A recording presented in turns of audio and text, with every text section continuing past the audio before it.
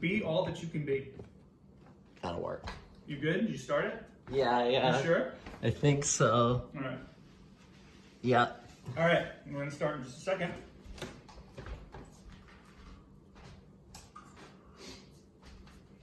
Is your computer good? You're good? Computer's good.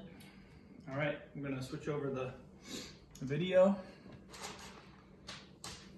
Make this smaller.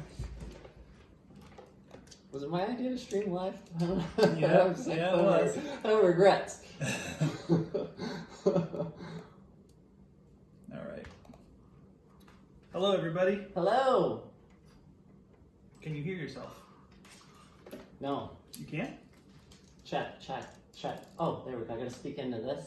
The mic, yeah. The microphone. It might help. Here. Go ahead. Check. Yes, I can Good. hear myself. Good. Great. All right. Hi, All everyone. right. Hello. Welcome to. Yo, Arjuna, Arenacraft Podcast. What's up? Hey, what's up? All right.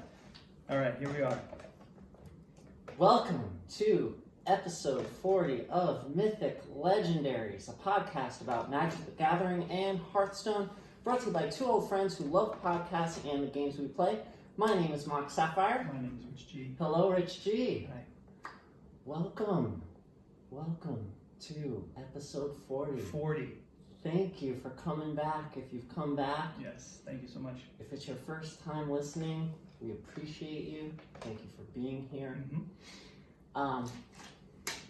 So, on this side of the table, we talk about Hearthstone, Yes, you do.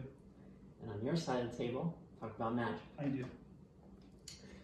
This week, first of all, it's our first time streaming live Mm-hmm.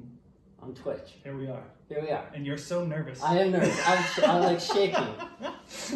It's okay. It's okay. This is the first time we're trying this, and it's a lot of fun. You don't gotta worry because I'm getting that vibe like it's like fun. a show. There's people hanging out and watching us do our thing, which is awesome because that just makes it more worthwhile. Yeah. People are gonna spend the time with us. This episode will be up on Friday. This ups the stakes. But it ups the stakes. It really does. I get the adrenaline is flowing. So this week we're going to be talking about the most aggressive deck that Hearthstone has ever seen. Wow. And we're going to be talking about some really fun, crazy, off-topic things that happened over the last week. Mm-hmm. Which, For you. for me, For me, I don't think I've left this house for more than 15 minutes. it's been crazy. And we're going to do the Pepsi challenge on Rich. That's right. And so you're going to do the original Pepsi challenge. Yes, And you're going to do, because Diet Dr. P is one of your all-time favorite. it is. Diet Dr. Polar. Yes. So we're going to do the Diet Dr. Polar challenge. Okay. Wonderful. I'm excited for that as well. Me too. And that's what we're going to talk about Cool. for Hearthstone. What are you talking about this week? This week, we started spoiler season for the new set, Ikoria Lair of the Behemoths. So we are going to talk about 5 cards that I've seen so far that I think are awesome. There's so many cool cards, and it would be 2 full episodes of just chatting about cards if we wanted to do that whole thing. And there's a lot of podcasts out there that are doing it right now. But I'm just going to take a minute to talk about 5 of the cards that I saw that I'm enjoying so far, and like the mechanics stuff. And then we're just going to go over some of the new mechanics, some of the returning mechanics, and we're going to go in depth on a few of the cards just to talk about them. And then if we have time, which we should, we're going to talk about a new deck that I've been building over the past couple days and how I really want it to work, and I think it has some potential. So we're going to go over that as well. And that's what we got for the Magic stuff. Beautiful. Mm-hmm. I was feeling bad for my nephew. My mom was telling me about my nephew. Mm-hmm. He's a senior in high school, and they're talking about canceling. Oh, shoot. What? You're not recording? Nope. Oh, yes, I get to do it again. I'm not in the screen. There you are. There you are. Am I not? No, I'm not though. Now I am. There you go. Can we tilt this? What do you? Is it? No. No? No. You gotta lean forward. All right. There you go. Yeah. There you Okay. go. Sorry about that. We obviously first time I wasn't recording the podcast, so we're gonna do a do-over. Okay. Ready? Okay. Boom. Go. Welcome to episode 40 of Mythic Legendaries, podcast about Magic the Gathering and Hearthstone, brought to you by two old friends who love podcasts and the games we play. My name is Mark Sapphire. My name's Rich G. Hello, Rich G. Hi. How's it going? Great. Welcome to episode 40. Thank you. Yes. Thank you so much for coming back. If you are here for the first time, welcome. And we talk about Hearthstone and Magic the Gathering on this podcast. We love the game. We're not pros. We love having fun. Our goal is to get better, and that's what we're here for. And today on episode 40, we're live streaming on Twitch. Yes. So if we go a little bit off topic, if we start, hanging out with the viewers and stuff, which there are some, so we really appreciate that, it should add to a cool element of the show. So Absolutely. what do you got for us today? Today on this side of the table, the Hearthstone side, we're going to be talking about the most aggressive deck that Hearthstone has ever seen. That's awesome. Is it mono red? It's kind of close to Yeah. mono red. Awesome. Sort of, but Okay. it's not mage. All right. And I have some really fun off-topic stuff for you. We're going to be doing the Pepsi challenge Mhm, later mhm. for Rich and Dr. The P. actual Pepsi chip, like you're saying, there's Pepsi in my fridge right now. There's Pepsi. Okay. I There's, can't tell you the last time I drank a Pepsi. there's Pepsi in your fridge, Okay. Coke in your fridge, Okay. Diet Dr. Pepper, Okay. and Diet Dr. Polar. Awesome. Have you ever felt bad for Pepsi? Like, oh, they're the underdog or whatever. If I drank a soda, it was Pepsi stuff rather than Coke. Okay. But now Coke has what is it? Orange vanilla Coke Zero. Oh yeah. And that's my favorite soda if I'm going to drink a soda, aside from Diet Dr. P. They've got a very, very specific soda hierarchy. Okay. Yeah. I was just gonna say, don't feel bad for Pepsi because they own Doritos. That's right, they do. So- And Kentucky Fried Chicken and Taco Bell. So. And KFC. Oh my God. Hmm. Wow. Yeah. All All right. Yeah. And here we are. Cool. And what are you gonna be? Did you talk about what you're gonna talk about? I did not. So this week, Lair of Behemoths, Korea, Lair of Behemoths. Cards have been spoiled. New set comes out on the 16th. Released on Arena, I believe, on the 16th. We're going through a lot of weird releases and stuff right now because of the virus situation and not a lot of, no in-person things are happening. Right. So they're figuring out how they're going to release stuff. And I believe on the 16th of April, Arena gets the release of the cards. So I'm going to go over 5 cards that I've seen so far that I'm really enjoying and hope to play with when they come out. I'm going to go over the mechanics of the set, a couple of them. Talk about 5 of the cards. Two mythic rares, a rare and an uncommon and a common. And then if we have some time, we're going to go over a deck tech of a deck I've been building this week that I've been having a lot of fun with, and some Discord folks and Arena friends have been helping me play test, so I really appreciate that. So that's what I'm going to be talking about. Awesome. Yeah. Speaking of people not getting together Mm-hmm. and stuff like that, Mm-hmm.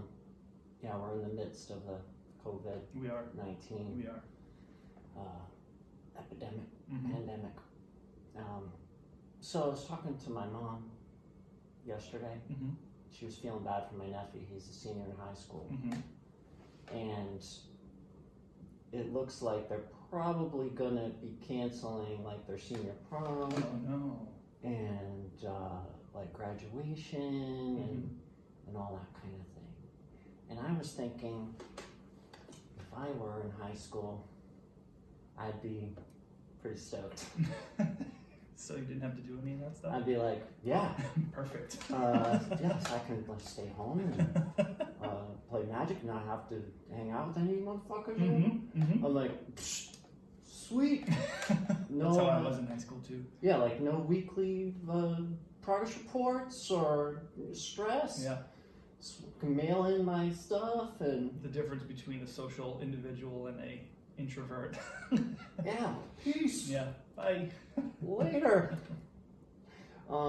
Yeah, but I'm sure a lot of kids are going through that right now. End of the school year, dances and events and, like you said, prom and all that kind of stuff and Mhm. sports and stuff. But we're all figuring it out. It's wild.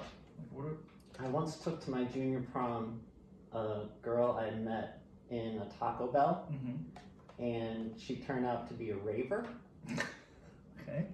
I didn't know her. She was just like a stranger, but I kind of got her number through a friend of a friend because we all lived in the same area. Yeah. And asked her, and she said yes. And like, so she's like, "Can I change into my raver clothes?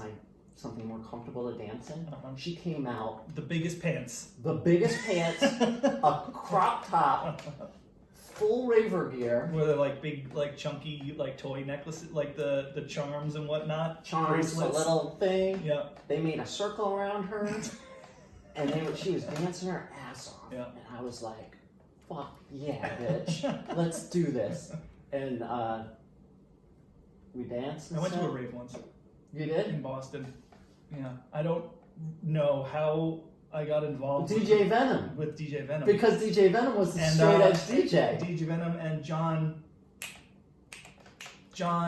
Oh! What's his name? He used to DJ. Now he makes shirts. Oh, I forget his. Oh, I know him. Yeah, Because he they goes by his last name usually. Man. because they had the night at the living room and Energy. Yeah. I went to a rave too, and I just like, everyone's on drugs and I wasn't on drugs. Yeah. And then people are checking in on me because I'm just like sitting there and like, yeah, I'm fine, just like waiting to leave. Yeah. Well, those days are over. I have. When I was in college, I majored in photography. Okay. And yes, I know this. I have a bunch of photos, like prints that I made of that night. I brought my camera with me. Oh my god. And I have so many pictures of like, we stopped at a Dunkin' Donuts at like 6:30 in the morning on the way home, and I took a picture of the old lady who worked at Dunkin' Donuts in her outfit, and she's standing there smoking a cigarette, and it's like one of the pictures I took. And then there's like a picture of one of the dudes we were with, John Hunter. John Hunter, yeah. Sorry, that just came to me. So, yeah, it was just a really weird random night that I was like, yeah, I'll go to a rave with you guys at midnight. Then we went to Boston, then stayed all night. I sat against the wall, like. Same. I was like, this is awful. This is awful. This is awful. We Can had we the go home? same exact experience. Yeah. But anyway, so here we are. I was a busser at Cello's, and one of the waitresses was Sherilyn, and Sherilyn was DJ Venom's girlfriend, and she invited me to go, and as I told my mom I was going somewhere else, and I ended up going there with them, and then they drove me home. I fell asleep in the car, and then I farted so loud that I woke myself up. It was the most embarrassing thing. That's happened to me twice. Yeah. Oh my god, life is crazy. Yeah, it is. And you know what else is crazy, Rich? Hearthstone. Demon Hunter. Yes. How's it going? Super aggressive. Super awesome. A lot of fun to play. I opened 125 packs. I got a golden legendary, and I got a few other legendaries. I don't know what the ratio was. I think it was 4. I got 4 or 5. I got a golden legendary with the promo thing that I opened. Guaco opened 5 golden legendaries. Wow. Yeah. So that was pretty sick to hear. That's not a common thing, right? That's a lot of golden legendaries. It sounds like it. Yeah. It's like getting 5 mythics, I guess, in a box of Magic. Like you're supposed to get like 1 or 2, I think. I think that's the ratio or whatever. Oh yeah. Speaking of ratios, so it was. I always thought the ratio was 1 legendary for every 15 packs or so. Right. But someone told me the ratio is more like you're guaranteed. Well, it's usually 1 for every 20 packs, and you're guaranteed 1 for every 40. So if like if the math's against you, you still will get 1 by number 40. Right. Okay. Plus the new pack opening thing where you don't get more than 2, more than like a play set for each one is great, which we got copied on MTGA. Yeah. Good. So I just want to go over. There's a list that I've been playing. I made it to diamond. That's right. You have a new ladder. Yeah. So when we talk about these things, It's more even. Yeah. Okay. Cool. Which I never really knew what you were talking about. But, I know you never know what I'm talking about. It's totally fine. no, it's not true. But now I know. Yeah. So we have the new ladders. You start with all these bonus stars from the previous season, and then as you win, they apply the bonus stars to your thing, and you jump ahead on the ladder. Okay. And so I was able to get to diamond. I honestly can't remember if that was before the expansion or not. But I made it to diamond 8. Okay. And now I think I'm at diamond 9. And if I make it to diamond 5, I'll be at Is there 10? Is there 10 level? Is there 10 per 10 for every per thing? Yeah. Like diamond 1 through 10 or 1 whatever, through 10. and then you get to another one. And then you get to another one. Okay. After diamond, you get to legendary. Gotcha. Okay. And then you have the ranked floors for each level. You have. I can hear myself now. I was way too far away. It's okay. There's the ranked floors at 5, and when you get to the new tier. Right. So that's pretty cool. So if I get to diamond 5, I'll be safe, and then I will start streaming. Awesome. And try to get like a team together to help push me. Awesome. Motivate me. I'll stand behind you with like a towel and a bottle, like a squirt bottle for water. And when you're playing, I'll just like squirt it in your face and like towel you off and just yell at you. Thank you. Just yell at you. Come on! Go face! Why didn't you go face? Yes, I'm gonna need that. I've been having success with this list, which was originally a Hunter Ace list, and then Orange tweaked it. Yep. And made it to the top of the top. Awesome. So rank 1 legend. How's Regis Kilbin doing? I haven't checked in with Regis, but I'm sure he's playing every deck. Of course. I crafted a bunch of decks, which I'll talk about. I'll just tell you all the things I crafted after we go through this. Yeah. I just wanted to go through this deck. I'm going to post the list on our Discord. Okay. Discord.me/Mythic Legendaries. Yes. Great way to support the shows, just joining the Discord. We see that because you wouldn't really hear about it unless you listen to the show. Right. So if you listen to the show and enjoy the show, please join our Discord. Yeah. We see that you join. We used to tag everybody when they joined, but now I don't because someone said, "Don't at me, bro." And I'm like, okay. Some people take Discord real seriously. I didn't realize how. Is that right? I didn't realize how serious Discord was until very recently. As I'm joining other Discords and conversing and just kind of seeing the vibes. Like each place is like someone's house. Like each Discord channel is like we have like the sleepiest house.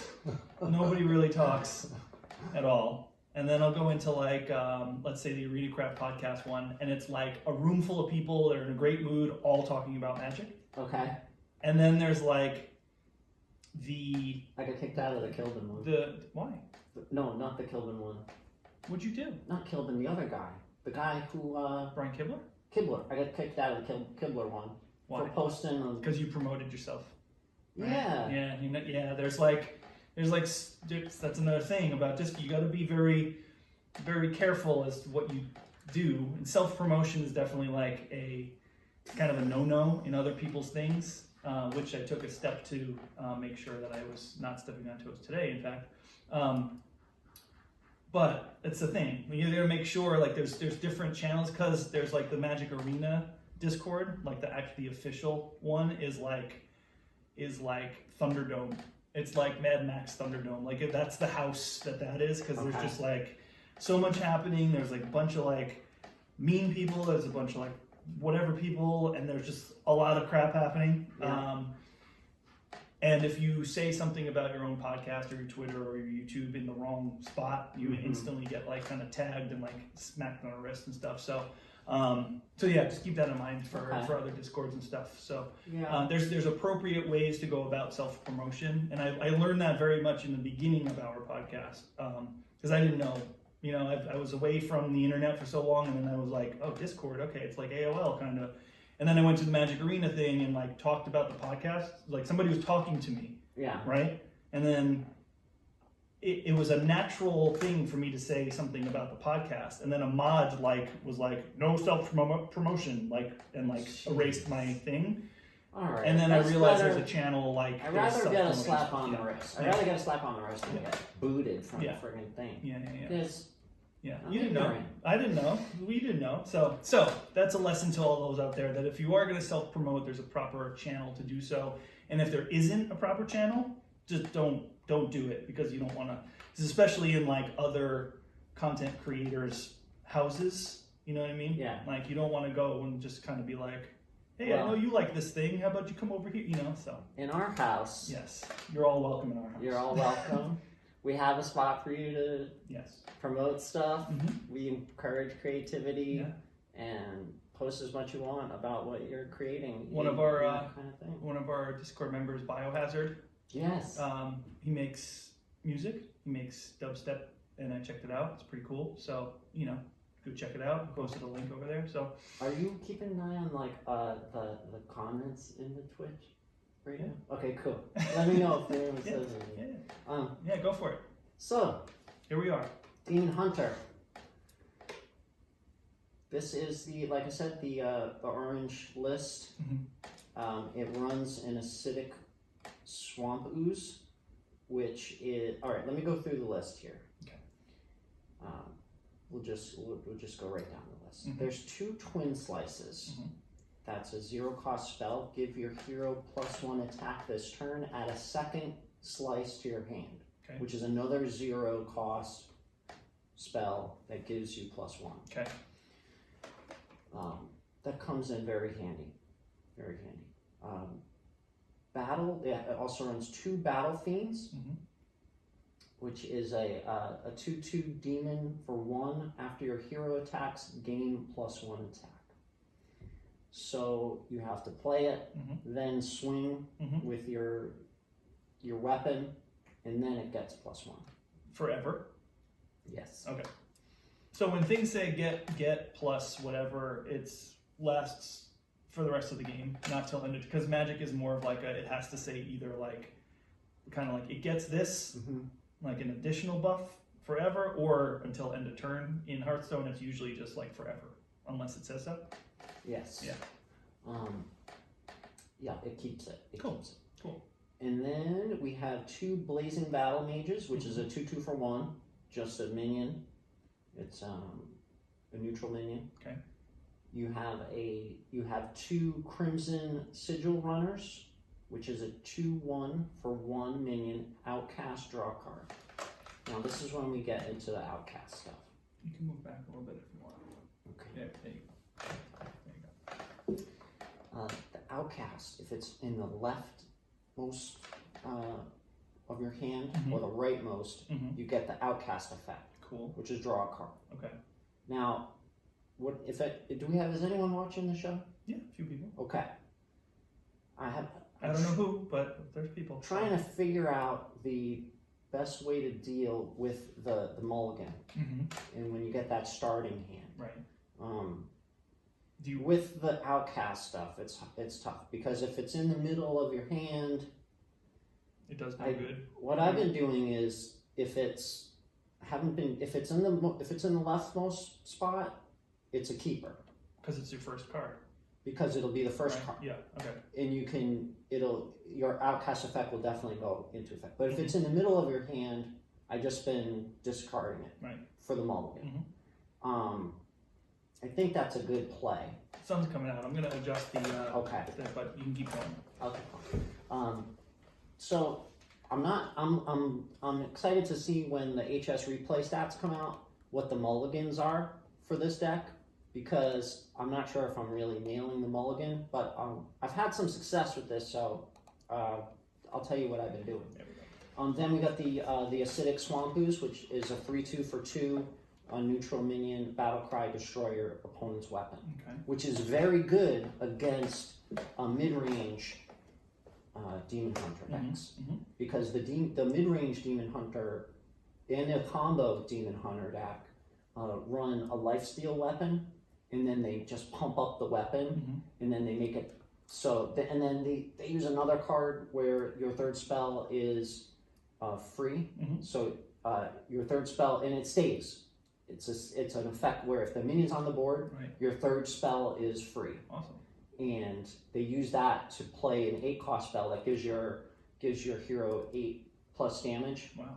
And then you can make it so you don't take damage. And then it's with lifesteal, and then Right. And there, it's like kind of a combo. that's the combo. Yeah. And then game over. But guess what? Acidic Swamp Ooze. Bye.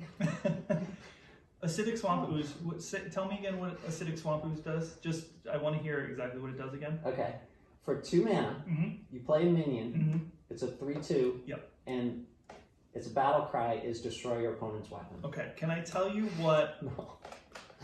What? Can I tell you what certain ooze cards do in Magic the Gathering?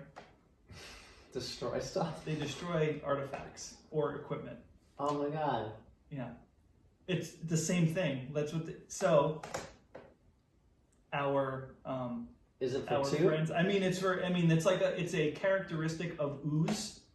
It's like the ooze creature type. Okay. Like there's historically in Magic, there's like ooze, right? I think it's called scavenging ooze is one of the ones, and it's like a creature that if it like damages your opponent, you can destroy like a target, like artifact or enchantment or artifact or equipment. So it's like We have our another friends. ooze too, Our friends got together in the Yeah. room and they were like, "Hey, what does ooze do in Magic?" And like, "All right, we're gonna Yeah, take that's that. good. Yeah, We'll do that's that. good. We'll take that."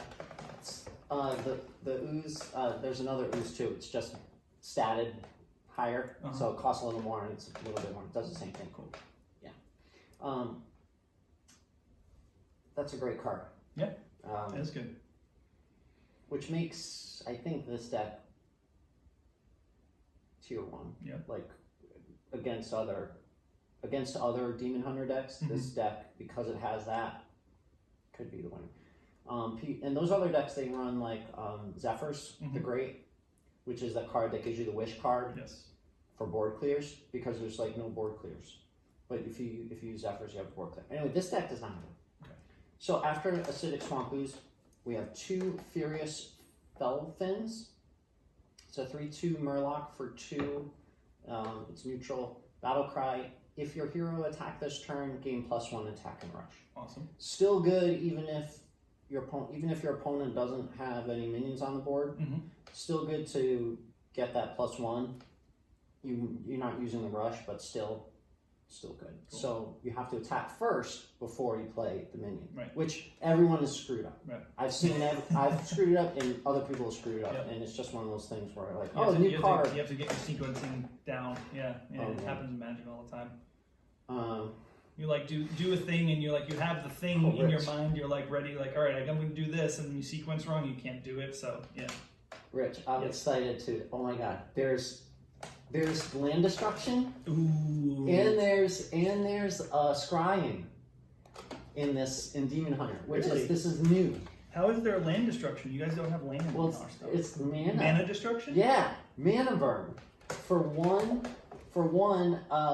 it's a 1-cost spell. Your opponent has 2 fewer mana crystals next Did you turn. just say mana burn? Yeah. Okay. It's a 1-cost spell. Uh-huh. And it reads your opponent has 2 fewer mana crystals next turn. Pew! Okay. And then they come Wow, back. that's messed up. I like it. Yeah. Yeah. I I'm like sure it. I you, like it. as I thought you would. Yeah. Which brings me to the scrying, which is a 3/2 demon. Mhm. It's called Sightless Watcher for Mhm. 2. Battle cry. Look at 3 cards in your deck. Choose 1 to put on top. Wow. That's cool. That's like scry, right? It is. Yeah. Yep. And then you don't lose those cards, so it's not like the Hunter spell where Where they just go away or something. tracking, I Yeah. think is it's called. And then you just pick 1, goes in your hand, and then the other 2 get discarded. That's like the downfall to putting it in your hand is to have to get rid of the cards. But Yeah. scry is like setting your deck up for the next turn. Which is perfect for the outcast. Yeah, outcast effect. Yep. That's cool. So so there's another reason why you want to discard your outcast stuff. Yep. In the mulligan, unless it's already there where you need it to be, Mhm. because You can play because you're running 2 sightless watchers where you can set up your outcast to draw next turn will be your outcast card, and then boom. Then moving on to Spectral Sights, which is a 2-cost spell. Draw a card, outcast, draw another. Okay. Really, really powerful to get that second card if you can. Still good to draw a card. Then we have 2 Umber Wings, which I think this is a good to have in your opening hand. It's a really good early tempo card. It's a weapon. It's a 2-cost weapon. It's a 1/2 weapon. So 1 damage. It lasts for 2 swings, and then it gets destroyed. Battle Cry, summon 2 1/1 Fell Wings, which is just 2 1/1 tokens. Okay. So they come out and now. So like you get a thing, you smash a little bit, and then you get like a rebate on it. Yeah. And when it goes away, yep. Then you're running the lifesteal weapon. Right. The Aldrachi Warblades, a 2/3 for 3 lifesteal weapon. Which is kind of cool that you're running that. It does give you the life that you need to sustain you. And you pump it up, you gain more life. But it's not the combo, so it's cool. I like that it's the same card as the combo deck or the mid-range deck, but that's not your win condition. Right. Because sometimes it might take your opponent a few turns to figure out what deck you're playing.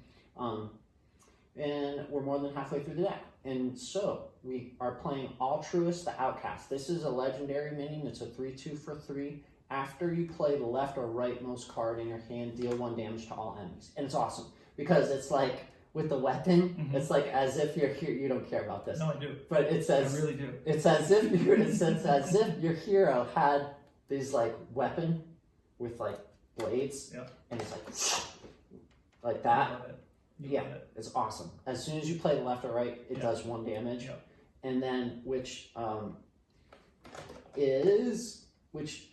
with the Twin Slice, the 0-cost spell, boom. If that's in your left or right, boom. Like you have these incredible swing turns where you have the Twin Slice going on, and then that'll activate your Outcast for the draw spell, and you're like boom, boom, boom. Which we're gonna need some card draw, and there is some card draw coming up. We have a little more lifesteal with the I-Beam. Deal 3 damage for 3. And that has lifesteal. Outcast, this costs 0. Okay. Great card. Am I hearing the Hearthstone music in the background? No? Okay. Sorry. 2 Frenzied Fell Wings, which is the 3/3 for 4. This was... You hear it, don't you? No, you can hear, it's weird. You can hear it's like very faint things when the microphones are on. Yeah, it's probably my neighbors upstairs watching The Office or something. Your neighbor's playing Hearthstone. Because I can hear the Hearthstone music. It must be me. It's on your computer. You can turn the volume off. It's me. Oh my god. Okay, cost 1 less for each damage dealt to your opponent this turn. Okay. So basically, you get it for free or almost free. Cool. If you have 2 of those in your hand and you hit your opponent in the face and you play both of them, just incredible bursty, like swarming. Now we're reaching the meat of the deck. Okay. I love the meat. Oh, rich. These cards are so fun to play. They're all new. Everything I'm telling you is like brand new. They didn't even exist in Hearthstone. Right, like a few days ago. Like this is all new cards. I love that time of season, time of rotation and stuff. Yeah, but even the basic cards for the set are all brand new for the Demon Hunter. You know, we have the Kane Sun Fury, which is the 3/5 charge for 4 legendary minion that reads all friendly attacks ignore taunt. Cool. So if you're playing against Druid and they have their taunt thing going on, you're like, so what? Whatever. Doesn't matter to me. Going right through you. Yep. Sun Fury. Oh yeah, that card's awesome. This card is crazy. It's so much fun. Imprisoned Untying. There's 2 of those in this deck. It's a 10/6 for 5. Dormant for 2 turns. Okay. As we right, dormant. We learned last time. Yep. it sits like a brick Yep. on the board. No one can touch it. Yep. It's going to happen if it survives 2 turns. Yep. And then that was like to suspend in Magic. You can cast it for like a discounted cost, right? Yours is a 10-6 for 4. Did you just say? 10-6 Yeah. for 5. For 5. So 10-6 for 5. You cast it for a discounted cost, but it stays out. But in Magic, the suspend mechanic, it could get like eliminated. It just sat out there or whatever. Okay, but no. You definitely want to get rid of this in your. Either way, yeah. There's a discount, but the drawback is that it doesn't happen for a few turns. Like you remove a counter every turn, and then it finally happens. It wakes up and it deals 10 damage randomly to all enemies. Wow. It could win you the game right there, but 10 to one thing or 10 to everything? Just randomly, all enemies, a random. 10. So if there's 5 enemies. Yeah. And it wakes up. It could hit all face. It could. If it could possibly. Okay. Probably. So it could do 5 to you, 2 to this, 2 to this, and 1 to this. Not to me though. Only enemies. Okay, so it could do 5 to this, 1 to this, 1 to this, 1 to this. Yeah. Gotcha.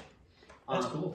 And then it's a 10. Then it's 10-6 on the board. Nice. Which here's what you really want to do, to make that really pop. Mm-hmm. Is you want Skull of Gul'dan. Okay. Where this deck runs 2 Skulls of Gul'dan, which is a 5-cost spell. Draw 3 cards, outcast, reduce their cost by 3. So if you can play the Imprison Antaean for cheaper, for 2, that's hell of a deal. Okay. And it also runs Metamorphosis, which is the 5-cost legendary spell. Swap your hero power to deal 5 damage. After 2 uses, swap it back. Okay. You can still play weapons, but your hero power, which is basically that pumps a weapon, doesn't exist anymore. Gotcha. So when you said this is a powerful deck, I was curious to know how it sounds. Like everything just sounds really strong. Everything is like adding power or doing damage or adding more power and drawing cards for free and stuff. That's awesome. It's awesome. One of the bigger drawbacks for aggressive decks in Magic is the inability to draw cards, because you go through your hand so quickly, because things are usually like small cost, powerful, but they cost very little. So you go through like 3 cards and then have a couple lands and then you're out of cards. This sounds like you do big things, but you still have those spells that can draw your cards. Yeah. Usually with like a monocolored deck, like red, for instance, it's like red has like 1 draw spell that it uses right now, but it's not even really a draw spell. But it puts things aside. You run out of cards in your hand, and usually you can't do much more, and you're down to 2 cards in your hand. But the deck is strong enough that it usually wins anyway. So usually that's why you need like 2 colors. You need blue to draw cards. That's usually what happens. Is you need to put blue in the deck to draw your cards if you're running out of cards early. So, but red doesn't have that problem because red sucks. This deck is awesome. There's a mid-range deck that I played around with. Guaco had a lot of success. Awesome. Friend of the show. With mid-range. It runs 2 Priestess of Furies, which is a 7. It's a 7-cost minion. It's a 6/7 demon. At the end of your turn, deal 6 damage, randomly split among all enemies. That card is awesome. There's another card too, where if you had just attack, you deal 4 damage as a battle cry. There's a lot of. I'm sure there's a lot of lists that are going to be coming out. Demon Hunter is very exciting. I'm having a lot of fun, and I want to get to 5, and I want to recruit. You'll do it. You got it. I want to recruit a team to support me to Legend, because this is the month. This is the month I hit Legend.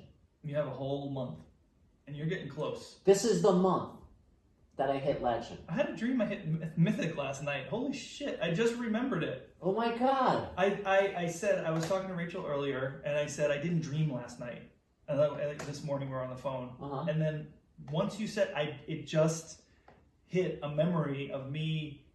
Wow, that's so weird. And it was like a I got there so quick and easy, and then I was like, wow, this is all unfold. This is all just like a faucet got turned on. All this stuff is coming back to me. How I like got there, and I was like in a big tournament, and I was like playing with like these high level people, and they were taking my advice like seriously. Yeah. So it's like this underlying like, I guess, like, let's analyze that one at some point. Like all these things that I was dreaming about. But yeah, that's interesting. I totally didn't think I dreamed last night, but then you just said that about hitting Legendary, and then in my head I remembered seeing, in my dream, hitting Mythic, but the Mythic logo, it was like a little different, and that's what made me remember it, because it wasn't, because when you hit Mythic, your little icon is like the Mythic icon. It's like this little orange and gold little thing. Yeah. But it was different. It was like, it was more rounded, and it had like flames and stuff around it. So that's what made me remember. Weird. Okay. Anyway, awesome. Sorry about that. And just to wrap up my segment, just to let you know, I will be posting the list that I'm talking about. I'm sure it'll be easy to find, but it's not hard to find, but we post everything in the show notes. Yes. What we're talking about for your reference. But also I crafted Quest Hunter, which is dog. Remember we used to talk about dog? Yeah. He made a Quest Hunter list, and I already burned through, like, I went through the sets that turned wild. Yep. And I dusted the legendaries from 2 of the sets already. I haven't gotten to the epics yet. Of course. But I crafted Quest Hunter, which I couldn't win with. And then Slissa had a paladin deck. Oh, the Librum of Wisdom deck, which is really cool, which uses Liadrin and Murgoggle. Yep.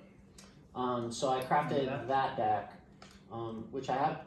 The problem is you just have to stick with one deck and get good with it and learn the matchups, and that's really the key to doing well. Because I noticed too this morning, I had fallen back a couple of ranks, like 6 games worth. Yep. And this morning I played again. It's just easier every time. Yeah. You just feel like the climb is easier. Yeah. You just, as you learn the deck. So that's what we're doing over here. Awesome. Sounds like a lot of fun. No homebrews, sorry. Yeah, that's okay. I mean, start strong. Like, that's what people do. Our season reset last week, and it's just like, all right, mono red, here we go. And people are just like, it's everywhere, and it's annoying. But I mean, it's a strong deck. I really enjoy looking at Twitter and trying to find, like, looking at the pros, what are they playing, and like trying to craft their deck, and like trying to find that secret deck that's going to push me forward. So thanks for the support, and we all appreciate your input and everything that helps us be a little bit better at our game. Thank you, and I'll keep you posted. Cool. Good luck. Thank you. Yeah. How did I do? You did great. Oh, perfect. Yep. Great time. Awesome. Yeah. So, are you passing your turn? Yes, sir. Okay. So, on the Magic side, we have a new set coming out on the 16th of April, and it's called Ikoria, Lair of Behemoths. The key planeswalker, who you'll see in the trailer, she's been around for quite a while. Her name is Vivian Reed, and she is a green planeswalker who usually has some sort of special ability with big creatures, doing things with creatures. She's just got a lot of creature friends. So, I'm getting all your links up. Awesome. With that in mind, with Vivian and big creatures being the theme of the set, I picked out 5 cards that have been spoiled already. We're deep into spoiler season. It's been, I think it's been 4 days or so since they started. If you wanted to take a look on Scryfall, Scryfall is a database that all Magic the Gathering cards are in. If you want to look up any Magic the Gathering card from whatever set in its history, all you have to do is, it's basically like a Wikipedia for Magic cards. You can go to scryfall.com and check out all the spoilers. And if you have a question about a certain Magic card and you need to reference it, it's right there. So what I wanted to do is take a few of the cards that I've seen so far, and there's a lot already, so I know a lot of people have been seeing a lot of this stuff already, but I picked a few cards that I think I'm going to either play or that just look really fun. So we're going to start out with the common, We're going to go backwards. We're going to do a common, an uncommon, a rare, and then the 2 mythics. The common I picked out, it's because of my affinity for counter spells. It's a spell called Keep Safe. It's a blue card. It's an instant, and it's 1 colorless and 1 blue, and it says, counter target spell that targets a permanent you control, draw a card. Now, anything that's 2 mana and you draw a card is awesome. Anything that's 2 mana and you draw a card in a blue deck, it's even more awesome. Anything that's 2 mana and you draw a card and counters a spell that does something is the best in my mind. So there is a spell right now called Lazotep Plating that gives you and your permanents hexproof until end of turn, and you amass 1. That was from War of the Spark. That's basically an instant spell in blue that costs 2. You make a 1/1, and then everything gets hexproof. So if somebody targets a thing, you can cast this spell, and then everything gets hexproof, and it can't be targeted, so that spell would fizzle. This, on the other hand, counters the spell itself. That targets a permanent you control, so you lose out on the you getting targeted. Everything else doesn't have hexproof, but works out a lot better in a blue deck because you draw a card. I mean, that's right up my alley. I like countering spells. I like drawing cards. I like my things not being destroyed. So Keep Safe is one of my selections for card I'm going to play in Ikoria. The flavor text is Coppercoats think they understand duty and loyalty, but they can't begin to fathom the depths of my bond. That's right. It's got the artwork is pretty cool. It's got like a shaman-esque kind of person standing in front of a gigantic owl. So it's really cool. So again, blue is always my fallback color. Like if I can't pull things together in other colors, I always either splash blue or just play blue, because usually I'm getting destroyed by what my opponent is doing to my stuff. So this card will help in them not doing things to my stuff, and I get to draw cards. So that's common. Keep Safe from Ikoria, Lair of Behemoths. So the next card we're going to cover is Grim Dancer. That's going to be the uncommon, and that is a black card. It is 1 colorless, 1 black, 1 black. So 3 converted mana costs. It's a 3/3 for 3. Stats right there are always good. A 3/3 for 3 is always a good body. And then it says, Grim Dancer enters the battlefield with your choice of 2 different counters on it from among Menace, Death Touch, and Lifelink. So this thing is a 3/3 for 3 that you get to choose what 2 abilities it comes into play with, which is like 3/3 for 3 with 2 abilities. That's like jackpot right there, and it's uncommon. So Ikoria is a new mechanic, and a flavor of the set is mutate. Okay, we'll get to that in a second. Okay. So this card has this enter the battlefield with counters on them. This is a new thing for Ikoria. So for those who are unfamiliar, one of the things that cards will do in this set is enter the battlefield with your choice of counters on them that represent a creature ability. Because a big flavor to the set is that creatures will gain and lose abilities according to other creatures. Like there's going to be creatures getting smushed into each other pretty much. So this counter of your choice thing is like a new ability for the set. So you actually get to choose what 2 abilities of the 3 this thing will have. But they're counters, so therefore they can be removed. So like you're going to have to represent each thing with a separate counter, because there are cards in the game that can remove a single counter. So if you have this come into the battlefield, say with Menace and Death Touch. Okay. So each one of those abilities is represented by a counter on the card. Okay. So the card itself doesn't read that it has Menace and Death Touch. It has a counter which represents the ability on it. Okay. And then in the game, there are cards that can say remove a counter from target permanent. So you could be like, okay, I want to remove the Menace counter from your Grim Dancer. And you can do that. So the ability can be removed from it, but there's also cards in the game that say add additional counters of any kind. Isn't it that counters grew like every turn it would uptick, and it would be some kind of like your attack or toughness. There could would be the counter. Yes, but in this case, like the amount of those counters won't matter. Like if you have 15 menace counters on a creature, it's not going to do anything because it just gives it menace. So, but they kind of tack this new thing on the counter expanding mechanic. What counter means. Yes, exactly. Okay. So there's never. I don't believe. I think this is a new thing altogether. Is that ability counters are a new thing, and then you can like. I'm assuming, because this is what this set is all about, it's about creatures like transforming into different things, that you can move a counter of an ability onto another creature. Oh. You know what I mean? So I have a menace counter on my Grim Dancer. I'm sure there's going to be a creature or a spell that says, move target counter onto target creature. So that's why this is cool. But in my initial knee-jerk reaction to this card, it's a 3/3 for 3 with 2 abilities, right? That's awesome. Death Touch and Lifelink, like a 3/3 for 3 with Death Touch and Lifelink. That's awesome. There's already a rare it's like the Kunuros, the dog from Theros Beyond Death. It's a 3/3 for 3 with Vigilance, Menace, and Lifelink, but it's a rare, and it also has 2 more abilities that say like things can't enter from the graveyard.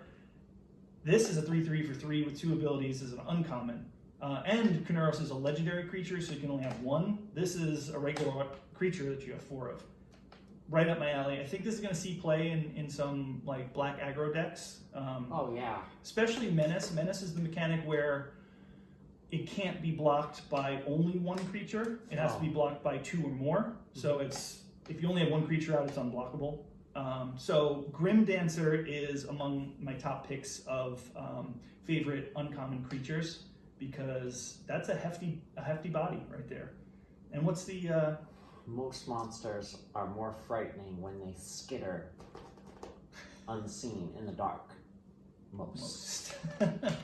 This thing is like a big spider, hairy spider with a mask, and like it's really scary. Anything that skitters is nasty. Skittering Scourge was one of the old cards I used to play with. Okay, so Grim Dancer. Death Touch is awesome. I love Death Touch. And Lifelink. I want both. If you played this card, what would you have it enter the battlefield with? Death Touch and Lifelink. Yeah, me too. Absolutely. Yeah. I mean, so people look at news cards and they're like, oh, that's good for limited, meaning sealed deck or draft or whatever. And then some people are like, oh, that's good for constructed. And then there's this like polarized, like, oh, that's only a whatever. This seems like an overall good card for both formats. People will say, oh, 3 mana is slow for constructed, but there's people out there playing spells that are like 7, 8 mana, and that's not slow, right? So 3 mana, 3/3 with 2 things, great. So that's one of my picks for favorite uncommon creatures. We're going to move on to the rare, and now there's a couple reasons why I picked Colossification as a pick for one of my favorite rares. And this card is... It's like a Pokemon card. It looks like a Pokemon card. So the set vibe is big creatures. Oh my god, is this real? This is real. It's so big creatures, big things, monsters, like things changing into other things. So Colossification is a creature enchantment. It's an aura. It's an enchantment that goes on a creature. It costs 7 mana. It's 5 colorless and 2 green, but it's in green, so that means it can be ramped out a little bit early. And it's an enchant creature, and it says when Colossification enters the battlefield, tap enchanted creature. Okay. Enchanted creature gets +20/+20. Wow. So the artwork, there's a couple different versions of the artwork. The artwork I picked for us to look at, it's a gigantic cat on like the tops of trees, like coming out of like this mountaintop. It's a gigantic cat. So here's a little combo for you right off the bat that probably people have already thought of. So the downside to this is that it taps the creature that it goes on. So that's like, oh, it can't attack. Well, Kiora, the Planeswalker Kiora, the one that costs 2 colorless and a green or blue hybrid mana, her ability is to untap target permanent. So you can have Kiora out, you can have your creature out. If you play Colossification on something before your attack phase, use Kiora's ability to untap a permanent, which would be your creature, and then you can attack with your 20/20. So, or there's a creature, the artifact creature, what is he called? Corridor Monitor. He's a 1/4 creature for a colorless and a blue, and when he comes into play, you untap target artifact creature or artifact or creature maybe. So there's ways you can untap your guy very easily. The same turn you play it, you'd have to untap it so it can attack next turn. Attack that turn. So because if your creature's let's say your creature's already in play, right? Let's say your creature's already in play, and then the next turn that it can attack, before attack, you put Colossification on it, you untap it with that. Usually you'd probably use Kiora because it's a free ability, the Planeswalker ability. Her remove a counter is literally untap target permanent. So your permanent would be your creature, and then play it on something that has trample, or play it on something that's like gonna get not blocked or whatever, and you have a 20/20. Holy shit. There's a terminology in Magic that's we've mentioned before about the kinds of Magic players, and Timmy. Yeah. Timmy is one of them. Do you remember Timmy? Yeah. Timmy's the one who loves like big things that they'll never play. Yeah. This set is all Timmy. Like it's all just like gigantic things that like you hope to get into play at least one time so you can do the one thing with them. This right here is my Timmy thing, like playing a Colossification on some thing, untapping it and attacking the same turn. But the thing is also though, if you play it on a creature that's like doesn't have an evasion ability, ooh, you play it on a flyer. Sure. Boom.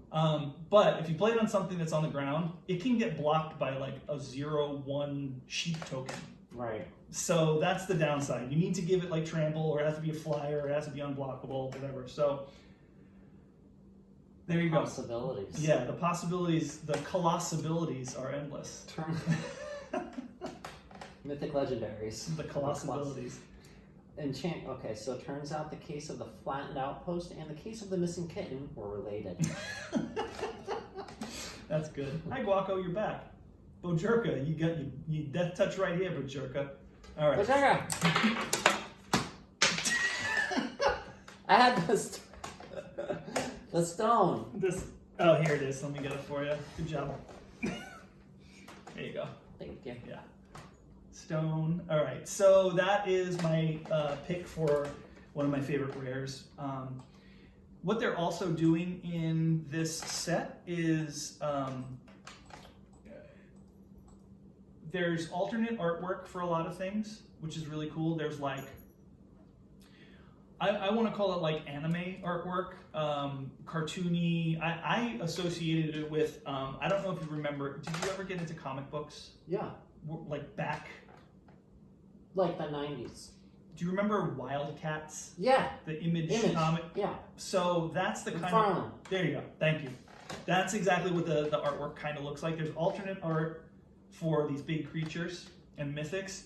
Then, I don't know if you caught on, there's the Godzilla theme, because this is a big monster set.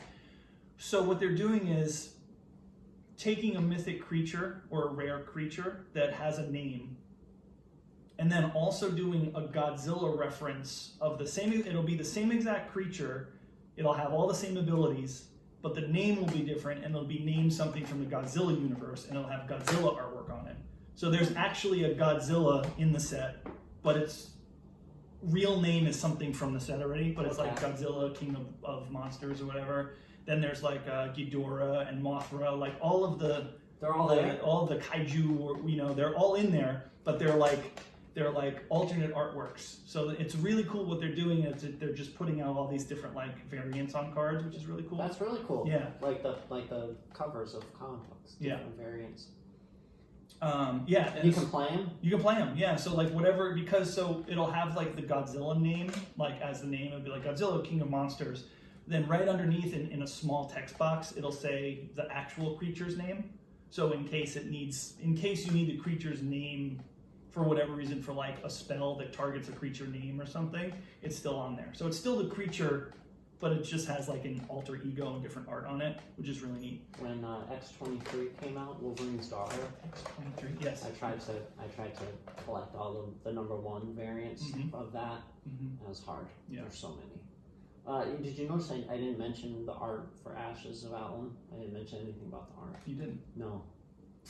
Why not? Sucks. It's bad. Oh. Yeah. It's so disappointing. Yeah. Why? Like what's? It's not even good. Like it's not even good bad art. It's just rushed. Okay. It seems rushed. Okay. Like these are the first drafts or second drafts. Right, They didn't get to the refined one where they like make it good. Right. Oh, maybe that's the That's case. a critical statement. I'm sorry to be negative. That's all right. The art for this set is amazing for Ikoria. Yeah, the art is really, really cool. Magic doesn't disappoint when it comes to artwork.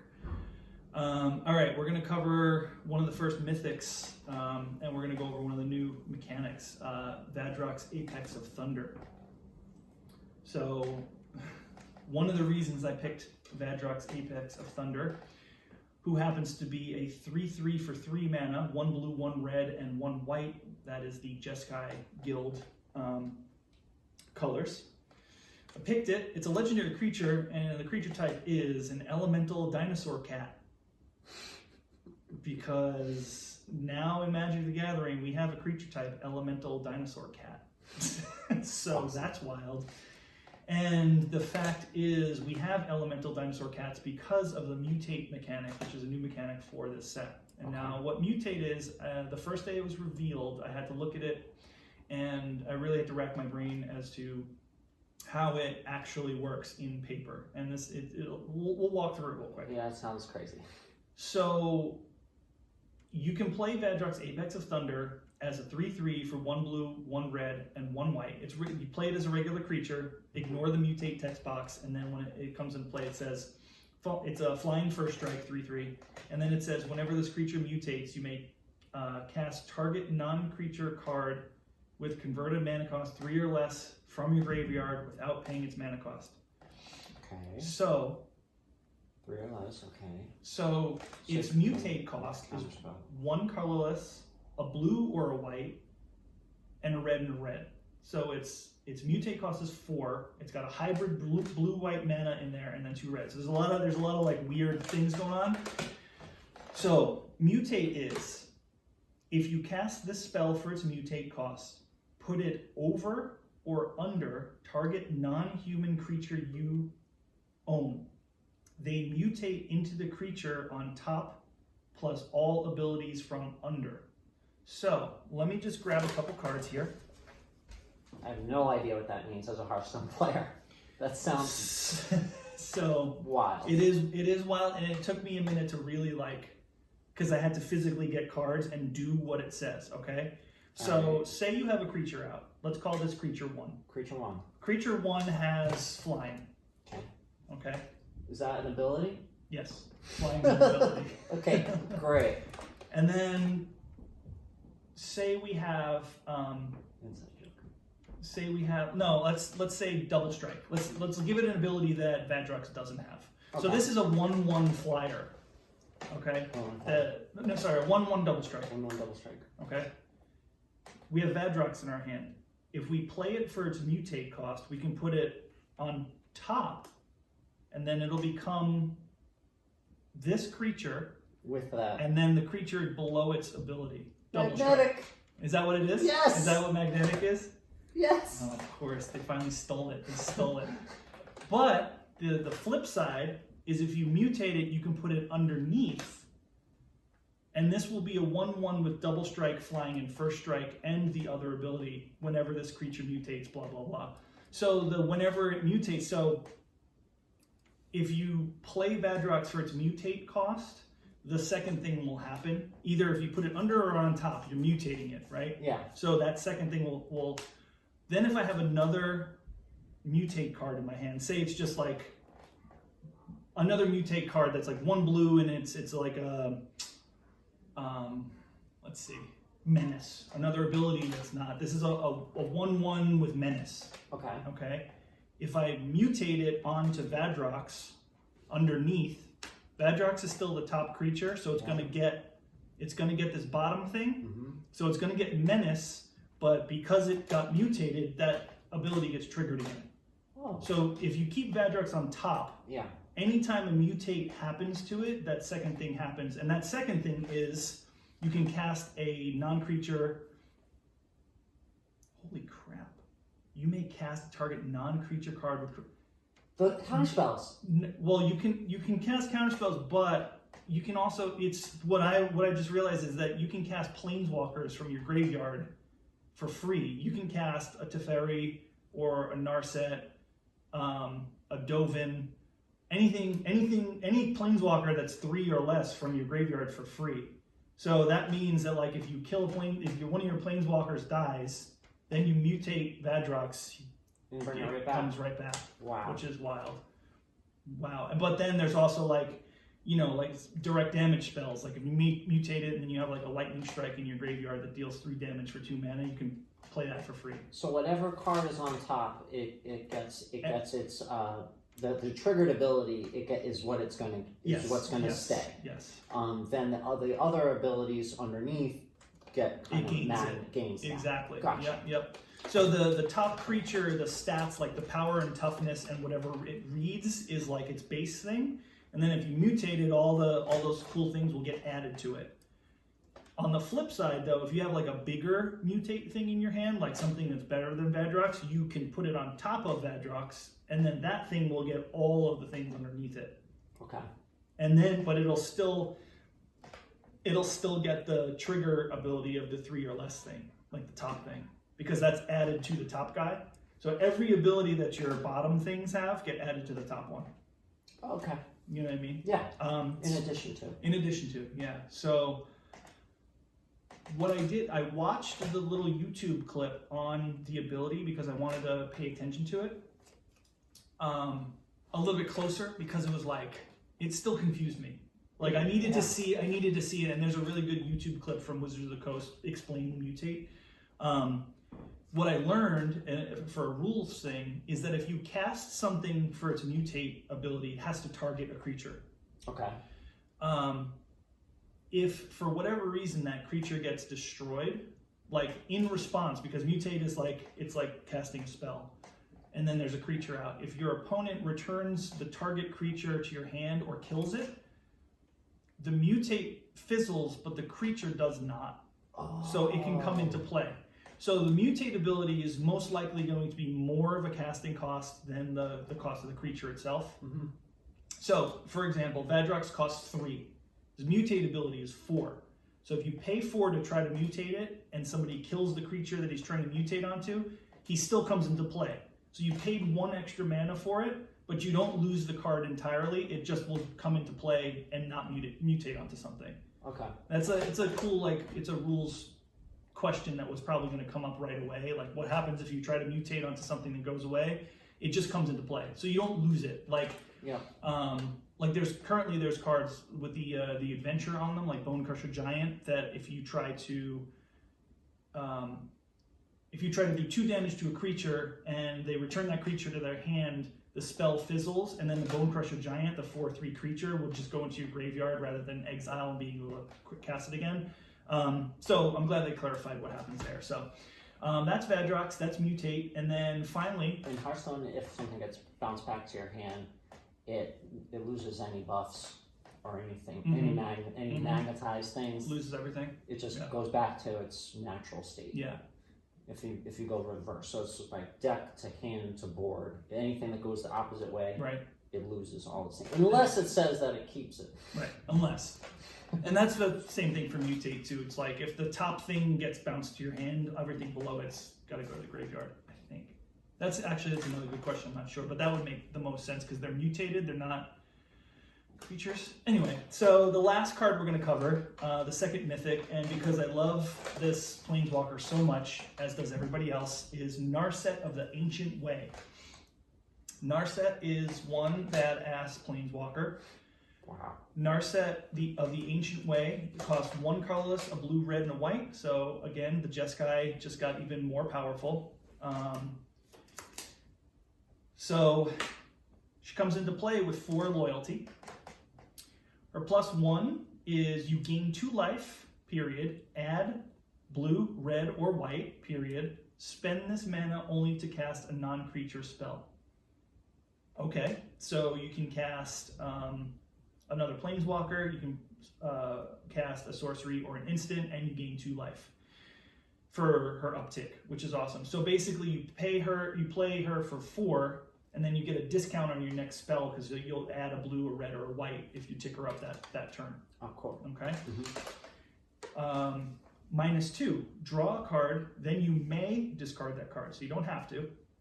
When you discard a non-land card this way, Narset of the Ancient Way deals damage. Oh my god, deals damage equal to that card's converted mana cost to target creature or planeswalker. What? So -2, draw a card. Say you drew a sorcery that costs 7. Yeah. Discard it, and you deal 7 to a planeswalker or a creature. Seems pretty good. That's pretty awesome. Pretty good. It does make Narset pretty vulnerable because that puts her at 2 loyalty, and when you're at 2 loyalty, you can get shocked or Bone Crusher Giant. So she could, but that's a good removal spell. Like if you need to get rid of something on turn 4 that's like a tough creature or whatever, or a planeswalker, you can set that up pretty easy. Wow. And then the -6 is an ultimate, which is an emblem ultimate. So you get an emblem that says whenever you cast a non-creature spell, this emblem deals 2 damage to any target. Let me tell you, I love my instants and sorceries that do damage anytime they're cast, especially in like a control deck with red and blue. That's strong. That's very strong. So Jeskai control is probably going to be off the rails with Narset, and wow. Yeah, that's wild. The Narset is a sick planeswalker. She's always been good, and this is an amazing combination of all the colors, making her a multicolored planeswalker. I love Narset. That's great. I'm in the zone right now of like control-y type decks. I mean, I always am, but this is an exciting. This is probably going to be one of the chase planeswalkers. There's always one in like every set. There's like a really good planeswalker that everybody wants. The Vivian that you had sent me the first day that things started was like bonkers. Oh yeah, does a for lot that of, dinosaur. yeah. But it's a little bit like that's like the Timmy-ish planeswalker. You know, like 5 for a green planeswalker isn't that much, but it's still a little bit like, you know, it's 5. You know, it's when you're playing a control deck, you have a lot more turns and you have a lot more. The game's a lot slower. And with green, like if you play like a mana ramp guy, like an elf or something, you can get killed, and then your plan to get out your big stuff sooner goes away. Right. But this is the kind of stuff where you plan it out, and it'll probably stay out because you have counter spells and counter magic and defender stuff. So this is probably going to be the one that's going to be quite a fetch. But luckily on Magic Arena, you don't have to pay $50 for a piece of cardboard. You can just have a wild card and craft it. So with that being said, we have Canadian MTG says they all got together if they get returned to your hand.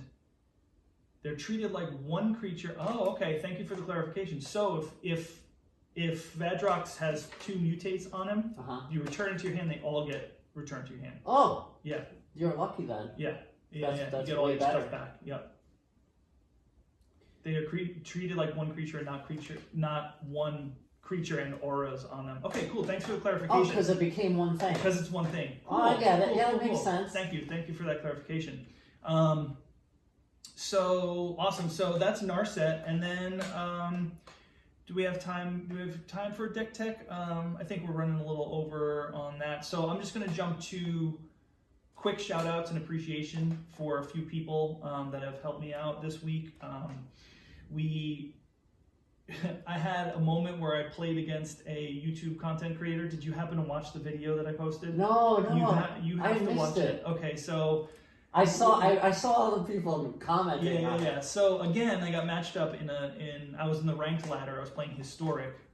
I was playing Dinosaurs in Historic. I wanted to give Dinosaurs a shot. Shout out to Biohazard Dubstep because he's got me on this dinosaur thing. And there's going to be dinosaurs in the next set, so that's awesome.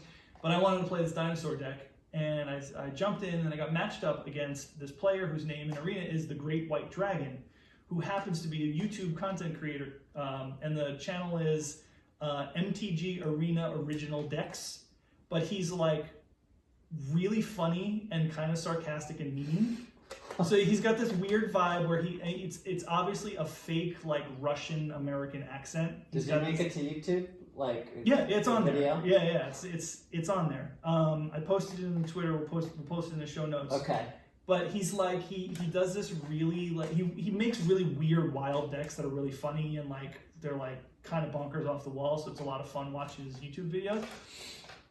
And he has this when he plays against people, he's like I don't want to say mean, but he's like kind of sarcastic and just kind of has like a he's competitive. But it's all definitely like but in a good fun. It's in good fun. It's definitely an act, and like I said, he does this like Russian accent that you can tell he kind of breaks every once in a while if you listen close enough. He's obviously not Russian or whatever he's trying to do, and he doesn't show his face when he's just like it's just the screen and his voice. Okay, so you know what he looks like or whatever.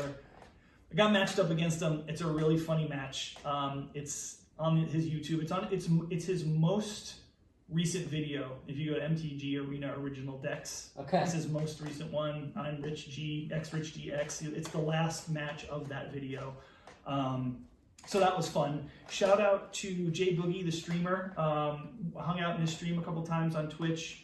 He was having a really rough go with the ladder this week, as I did as well. I posted a couple progress shots of me going all the way up and then all the way down and then all the way up and then all the way down. He related. He knew what I was feeling, and I hung out on his stream, and he had the same thing. He had a stream where he was all the way up to like platinum, whatever, and then he just like he didn't have a single win in like 16 matches or whatever. So it's unfortunate and it sucks for us as people who are trying to progress in the ladder. Yeah. But in a weird way, it feels a little bit better to see other people failing.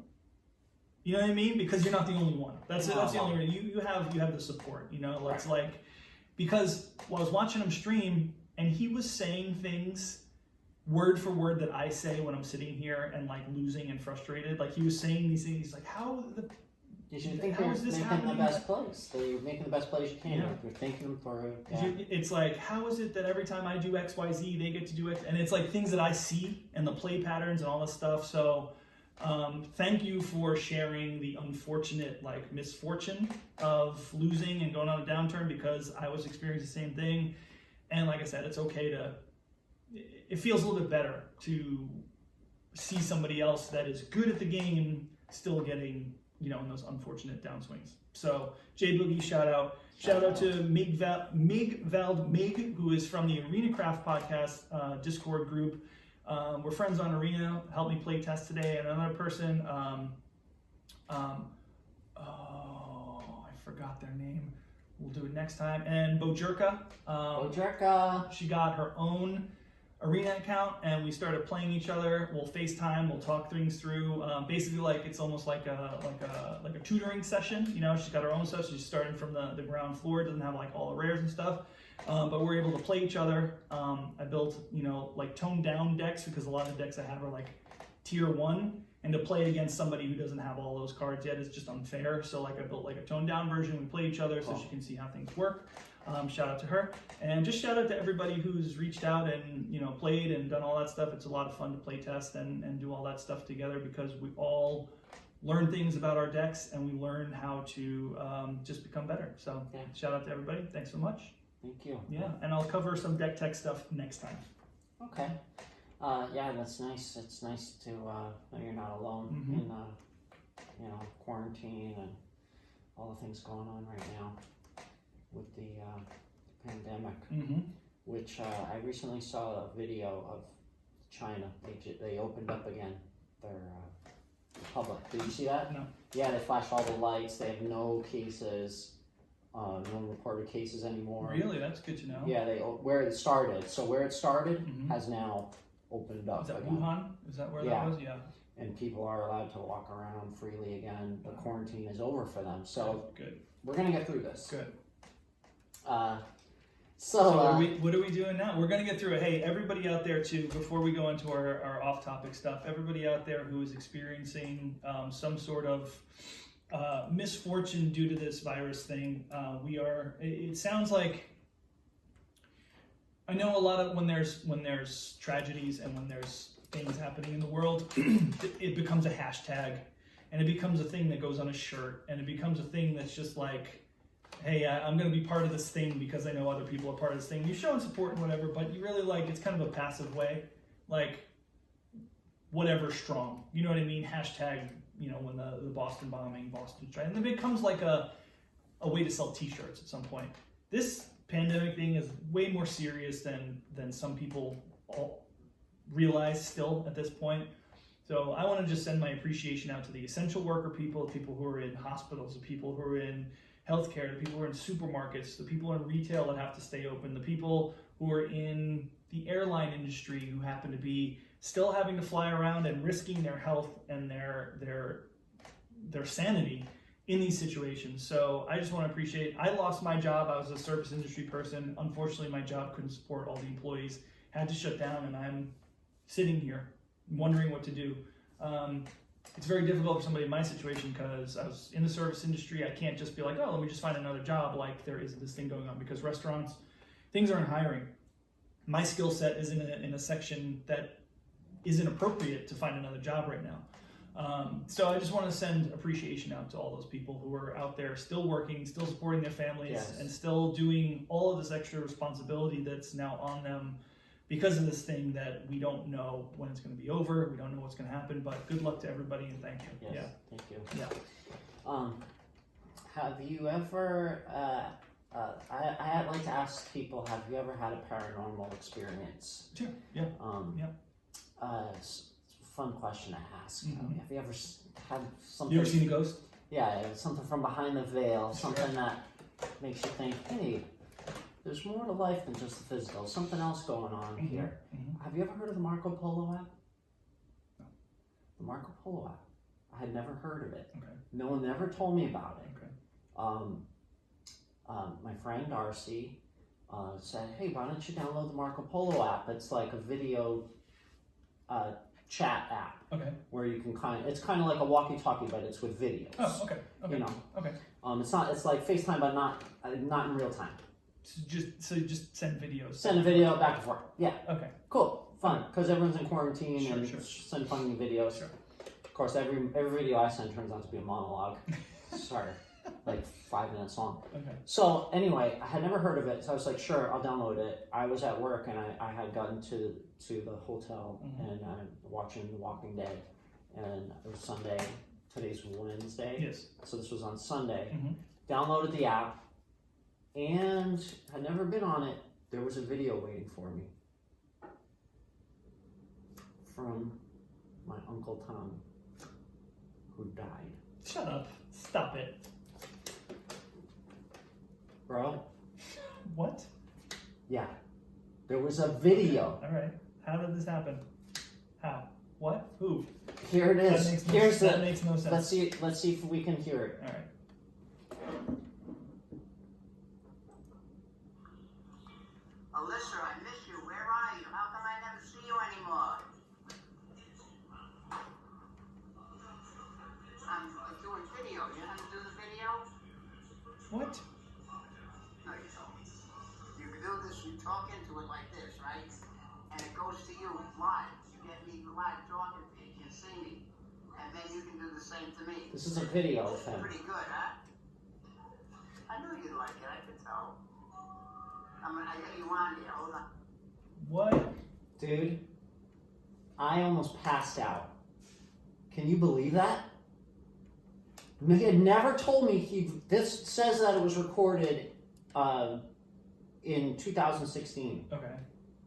Never told me that. Why? How did he download Marco Polo? Why Marco Polo? Was it part of his operating system or something? He never told me about it. He's not even good with technology. Yeah. Never heard of Marco Polo. I downloaded it for my friend Sunday night. First thing is waiting for me is a video from Uncle Tommy. And What? you just heard the video. What? What? Bro.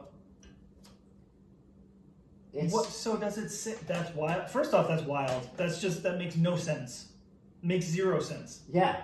Secondly, who does it say what it was sent from, or does it just have to be in the app? in the app. You know what I mean? Like an email, there's an email address, right? Or like a text message, there's a phone number. Did it come from somewhere else and just when I opened up Marco Polo it queued in? Is that what you're saying? Yeah. No, it would have to be through Marco Polo. All right. Yeah. Well, if I could. That's crazy, right? That's yeah. crazy. Love you, Uncle That Tommy. is crazy. Thank Love you. you, Uncle Thanks Tommy. for coming through the veil Yes. to let That's me know. wild. I really appreciate it. We'll see you. We'll see you hopefully later than sooner. But love you. Miss you. He was a unique guy. Yes, he was. I remember a couple Fucking things. hilarious. Yeah. So we're gonna do the Pepsi challenge. Pepsi challenge. Here we go. Okay. All right, we're literally doing the Pepsi challenge right now. The Pepsi challenge. All right. Hold on a second. All right. The Pepsi challenge The background of the Pepsi challenge was is a legendary marketing promotion in Mhm. which regular people blind taste test one cup filled with Pepsi and another with Coca-Cola. Mhm. Upon tasting the colas, drinkers are asked which they prefer. From its inception in 1975, the challenge was hugely successful in grabbing marketing share away from Coke. Okay. All right, All right. I gotta get loose here. All right. So you gotta. Walk you through. So I'm gonna take this challenge. It's going to be. We're doing the. Yeah, there you go. Hi. Hi. All right. So this is the barrier. This is the barrier. Okay. I'm gonna move my computer over a little bit. Can't look. All right. I'm not looking. I'm looking. I'm just looking at the stream, saying hi to everybody. The first one's gonna be the original Pepsi challenge. All right. Cool. All right. So Pepsi.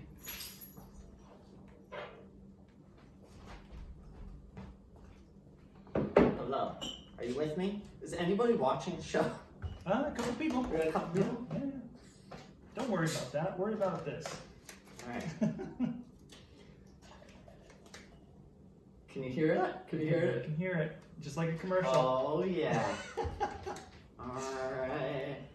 Arjuna can't wait. That's what he just said. Can't Okay. wait. This is fresh. Fresh.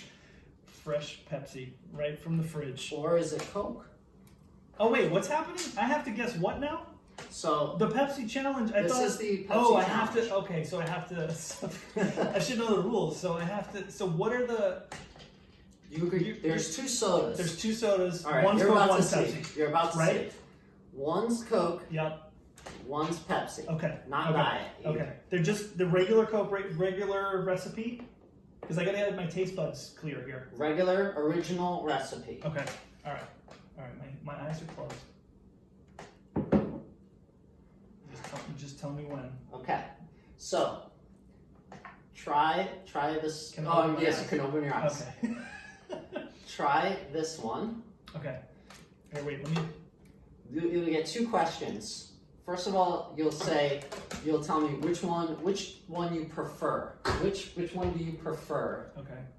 over the other? Okay. And then you could guess which one, the one you prefer. We're gonna say what you think it is, Pepsi Okay. or Coke. All right. Canadian MTG says, I remember doing this in the 90s when I was a kid, and if you picked right, you got a Pepsi Club card that you got discounts on Pepsi product. Oh my That's god, awesome. that's All right. awesome. All right. So I'm gonna try one, and am I gonna tell you what I think it is, or am I gonna try both? You're gonna try both first. All right. There we go. I already know that's Coke. Rich G believes the first one he tried is Coke. That's what he believes. And this is Pepsi. That's what you think. Yep. Okay. Now, which of the two mystery sodas do you prefer? This one. Which one? This one. You prefer that one. Yes. Okay, and which one do you think is Pepsi? This one. The one you prefer. Yes. And now the reveal. This is just the this is the first one. We're doing our real favorite soda now. Yes. Boom. Boom. Nailed it. Got it. Nailed it. Nailed it. Nailed it. There was no question Nailed in your it. mind. Not a question in my mind. That's amazing. Yep. Congratulations. Thank you. Thank you. Thank you. Guess what? You win a Pepsi. Awesome. I will drink that. I appreciate they got me the 0 because you know I don't like my calories, except when it comes into. Oh, I didn't realize that was 0. Yeah. Nailed Shit. it. Nailed it. Nailed it. Not okay. Yep. All right. All right. And All right. Now we're which gonna do one? it again. Oh, here. Do you want this? Here. That's Pepsi. Yeah. 0. That's you can have that. Okay. All right. So now we're gonna do the Diet Dr. Pepper challenge. Okay. It's gonna be between Diet Dr. Pepper Yes. and which is a Pepsi product, right?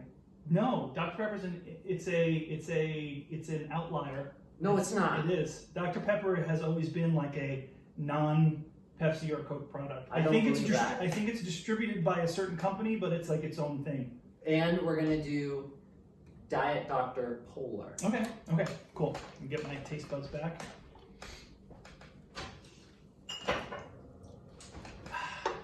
All right.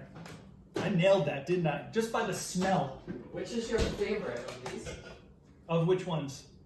Of the Diet Dr. Polar or the Diet? I'll tell you right now, I haven't had a Diet Dr. Pepper in quite a long time. I've had Diet Dr. Pepper. There's like a cherry vanilla Dr. Pepper or something.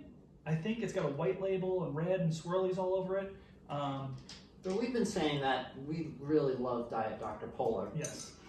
Diet Dr. Polar. So Polar is like a regional soda brand from Worcester, Massachusetts, and they're a family-owned company that's been around for like over 100 years, and they distribute seltzers, sparkling water in like millions of different natural flavors, and they also do sodas, like sugary beverages and stuff. And one of those that I really enjoy is their Dr. Pepper take, and it's called Diet Dr. P or Diet Dr. Polar. And that's what, if I drink a soda lately, if I can't find the Coke, because the Coke, what is it, the Orange Zero? Cherry, no, Coke, sorry. Orange Vanilla Coke Zero, so many words for a Coke. That's my favorite soda, but it's expensive. Like I don't buy it a lot because it's like $4 or $5 for a 12 pack.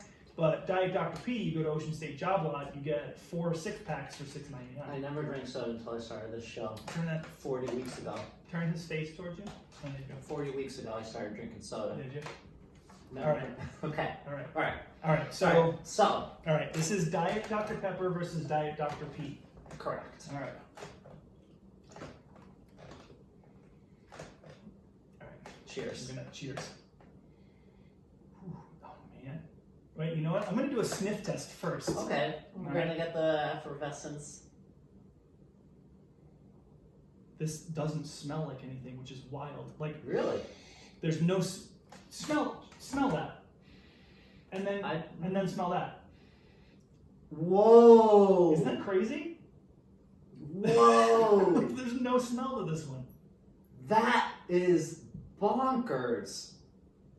It's blowing my mind. This one does not smell like Okay. anything. Okay. All right. Taste, Okay. taste. So, all right. First question is, which do you prefer? Okay. All right. That's one.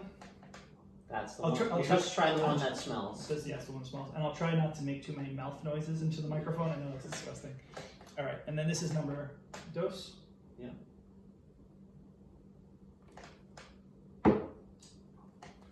All right, I know Which do you prefer? This one. You prefer that Yeah, one? that's Diet Dr. P right there. Okay. Yeah. Do you think the first one you tried is Diet Dr. P? Yes. And you Yeah, were right! I got it. Ah! I would high five you. Yeah, but we don't touch But it. we don't touch right now. Congratulations, you just won yourself a Diet Dr. P. Thank you. That was fun. My soda senses are tingly, huh? You fucking nailed it, Nailed Rich G. Rich G fucking nailed it. Nailed it. Good job. Boom. Awesome. That was fun. fun. I'll have to do something like that for you next time. Yes, please. Nailed it. Nailed it. All right. All right. So you got something else for us today, or are we all good today? You got a wild story, don't you? Oh my Are we all God, good? Rich. Do you I wanna- forgot. Do you want to do that today, or do you want to do it next time? Well, We got a couple minutes. Go ahead. Don't chew in the microphone. What's happening? Chew in the microphone. I was in Fort Myers. Mhm. Flight ended. Okay. The soda whisperer. Seriously, I didn't know I was going to be that good at that. Rich. Yes. We had like a triple Fort Myers. Mm-hmm. We land in Fort Myers. Mm-hmm. Look out the window. Black smoke. Okay. I'm like, that's not good. Yep. It's way in the distance, but really close to the airport. Yep. Oh. You heard about I this? know what this is. I was there. The car thing? Yeah. Yeah. I was there. Yep. Keep going. I'll let you tell the story. Yeah, go ahead. I was there. Yep. Then you know, we block in that gate, seatbelt signs off, Right. get our stuff, walking out, looking through the windows. It looked like a war zone. Mm-hmm. They said the black smoke, you could see it from Fort Myers all the way to the east coast of Florida. Wow. Turns out that because of the pandemic, Mm-hmm. no one's renting cars, Right. and these rental car companies are like, oh my God, what are we going to do with our fleet of brand new cars? Right. So they decided to park thousands of cars in a field. Yeah. A dry It Florida hadn't- field, right? That hadn't been like mowed or anything. Just a bunch of dead grass. There's so much dead grass, hadn't rained in 2 months. Yep. Oh man. A brush fire started. Yep. No one knows, of course, the mystery. No one knows how these things start. Usually, man-made Right. fault. Usually, brush fires are for some reason. Right. There's an electric spark. Anything electrical can cause a spark, even a small spark, Yep. tiny spark can cause massive damage. Anyway, Yep. it caused a fire that destroyed 3,500 brand Crazy. new rental cars Oh my God. Yep. By accident. by accident. By accident. Guess how much in damage? How much? Guess. 3,500 cars. 3,500 cars all on fire at the same time, exploding. It looks like they should use it for a movie. Like $4.5 million or something. $91 million. 91 million? Jesus, what kind of cars? All were the they? cars all were Lamborghinis. they're all worth like 25, 30,000 okay. each. I was doing like 3,000 times 10,000 a piece. Wow. Oh, that would be 30 million. Yeah. Total chaos. Wow. Total chaos trying Wow. to get like out of that airport that day Wow. was like, you I wouldn't bet, believe I it. bet. It was Wow, like that's wild. mass confusion. It was unbelievable. Well, those rental car companies were in cahoots. They're like, well, we're not making any money. Light a match. It's like the scene in Goodfellas. I don't know if you remember the scene in Goodfellas when they burned down the Tiki Lounge because he gives Tommy a stake in it, and then they're not paying any of the bills and they're stealing everything, and so once they start stealing all the inventory and they can't pay any of the bills. So the dialogue is, when you can't pay any bills, when you're down to your last buck, you light a match, and then they show them all putting the. You think that's what happened? Oh, absolutely. Dude. I mean, people. This thing is gonna bring out the craziest in people. 3,500 brand new cars. Yeah. I mean, they're all insured, you know, and if they can't prove somebody lit a match, then they'll get their money back. That's It's insane. wild. Yeah, that's crazy. That is crazy. I just can't believe that happened. I can't believe you were there. I saw that on the news. I was like, holy crap, that's wild. It made the Yeah. national news. I didn't even realize that. Wow. I was like, wow. Have your It's been a wild week. flights been empty? Or Yeah. yeah. They've been empty. Yeah. Yeah. And but they're still, you know, they need planes certain places, right? So they have to move them around. Is that kind of how it works, or? Oh man, I don't even can't even talk about it. I can't even comment about it because It's tough. a big thing right now. It's tough Yeah. because the hope is that no one's going to travel unless they have to. Yeah. And I would say that perhaps that's not the case. Yeah. And it's disheartening. Yeah. Thanks for the follow, Arena Craft Podcast. You're the best. Thank you so much. Yeah. Thank you, everyone listening today. Please come back for episode 41 for more fun. You can follow us on Twitter at Mythic Legendary. Yep. Join our Discord, please. Discord.me/Mythic Legendaries. Yep. Email your Ask Rich questions to Mhm. mythiclegendaries@gmail.com. That's right. And please leave us a 5-star review wherever you can. Yeah. We are on all streaming platforms as far as podcasts go.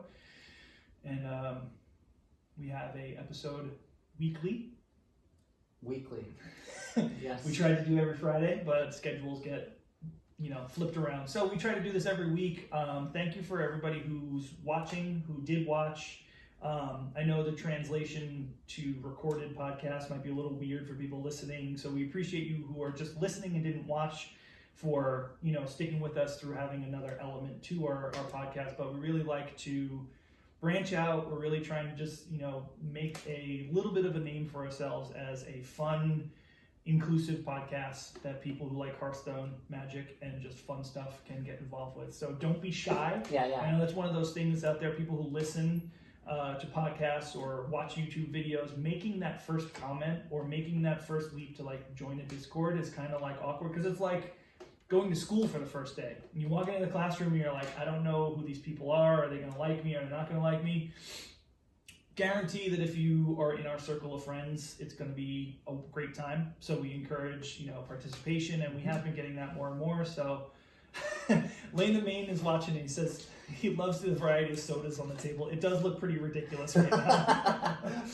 But I nailed the Pepsi challenge and the Diet Dr. P challenge. So 100%. If I did anything this week, yeah, it's that I nailed the soda challenge. And interestingly enough, Diet Dr. P has a smell. Yes. Where Diet Dr. Pepper has no smell. I dare anybody this week to go buy a Diet Dr. Pepper and smell it and tell me there is a smell, because I don't. We saw it live on TV. I don't know where you can buy this except for Job Lot. I don't think it yeah. exists anywhere else. No, I don't even think in the supermarkets here it has. I think it is just Job Lot. Yeah.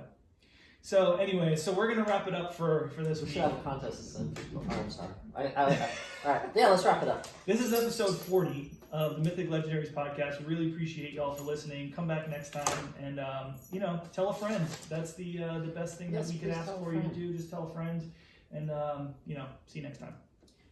Angora belongs to the Titans. Oh, wait, over here. Bye.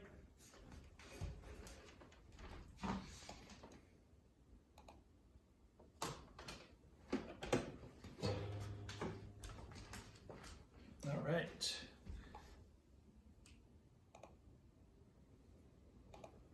Yeah, Rich.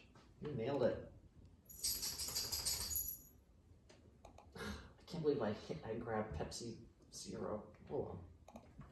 Hey, it's all right. I knew what it was. It still didn't matter.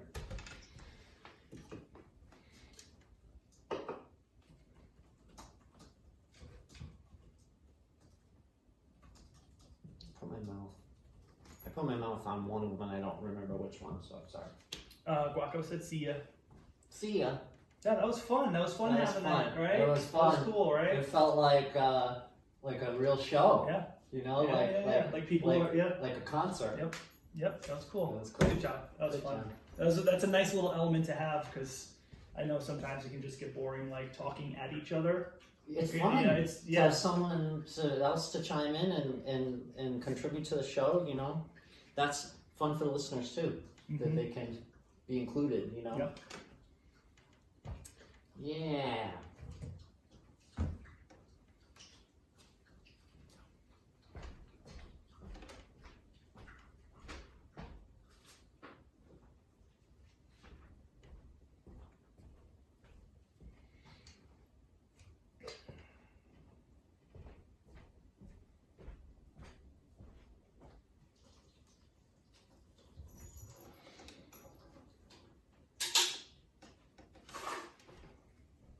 Awesome. I'm gonna pee.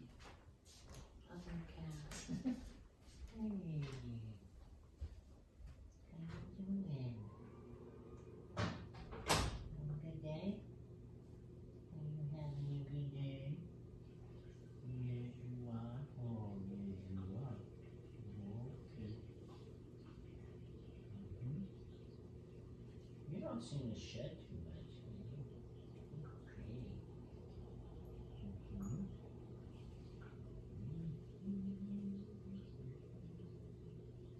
Okay. Yeah. Yeah.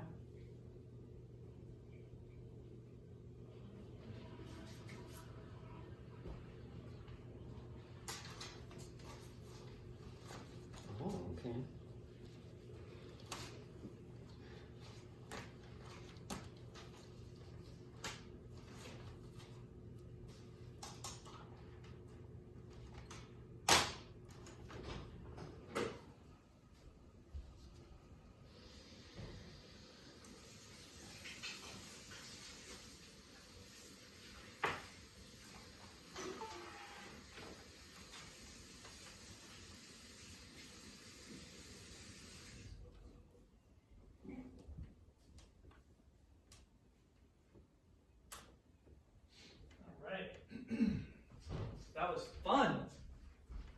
just having a couple people interacting, just in between, is like just so neat to know that somebody out there was like taking the time, to just watch, hang out, whatever.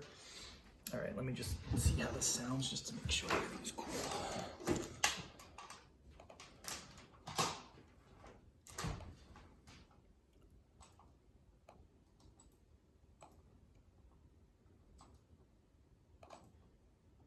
Ate French bread pizzas last night.